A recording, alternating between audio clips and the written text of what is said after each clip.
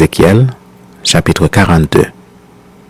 Il me fit sortir vers le parvis extérieur du côté du septentrion, et il me conduisit aux chambres qui étaient vis-à-vis de la place vide et vis-à-vis du bâtiment, au septentrion. Sur la face où se trouvait la porte septentrionale, il y avait une longueur de 100 coudées et la largeur était de 50 coudées. C'était vis-à-vis des 20 coudées du parvis intérieur et vis-à-vis du pavé du parvis extérieur, là où se trouvaient les galeries des 3 étages. Devant les chambres, il y avait une allée large de 10 coudées et une voie d'1 coudée. Leurs portes donnaient au septentrion. Les chambres supérieures étaient plus étroites que les inférieures et que celles du milieu du bâtiment parce que les galeries leur ôtaient de la place.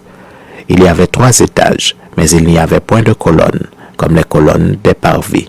C'est pourquoi, à partir du sol, les chambres du haut étaient plus étroites que celles du bas et du milieu. Le mur extérieur parallèle aux chambres, du côté du parvis extérieur devant les chambres, avait 50 coudées de longueur, car la longueur des chambres du côté du parvis extérieur était de 50 coudées, mais sur la base du temple, il y avait 100 coudées. Au bas de ces chambres était l'entrée de l'Orient, quand on y venait du parvis extérieur. Il y avait encore des chambres sur la largeur du mur du parvis du côté de l'Orient, vis-à-vis de la place vide et vis-à-vis du bâtiment. Devant elle, il y avait une allée comme devant les chambres qui étaient du côté du septentrion. La longueur et la largeur étaient les mêmes, leurs issues, leurs dispositions et leurs portes étaient semblables. Il en était de même pour les portes des chambres du côté du midi. Il y avait une porte à la tête de l'allée qui se trouvait droit devant le mur du côté de l'Orient par où l'on y entrait. Il me dit, les chambres du septentrion et les chambres du midi qui sont devant la place vide, ce sont les chambres saintes, où les sacrificateurs qui s'approchent de l'Éternel mangeront les choses très saintes. Ils y déposeront les choses très saintes, les offrandes, les victimes présentées dans les sacrifices d'expiation et de culpabilité, car le lieu est saint.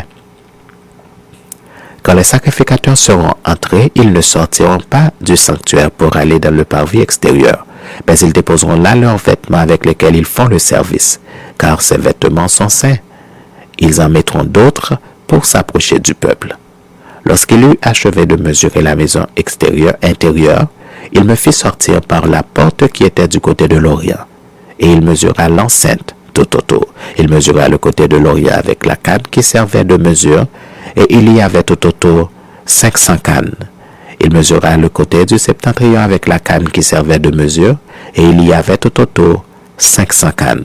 Il mesura le côté du septentrion avec la canne qui servait de mesure, et il y avait tout autour 500 cannes. Il mesura le côté du midi avec la canne qui servait de mesure, et il y avait 500 cannes. Il se tourna du côté de l'Occident, et mesura 500 cannes avec la canne qui servait de mesure. Il mesura les 4 côtés des 4 côtés le mur formant l'enceinte de la maison. La longueur était de 500 cannes et la largeur de 500 cannes. Ce mur marquait la séparation entre le saint et le profane.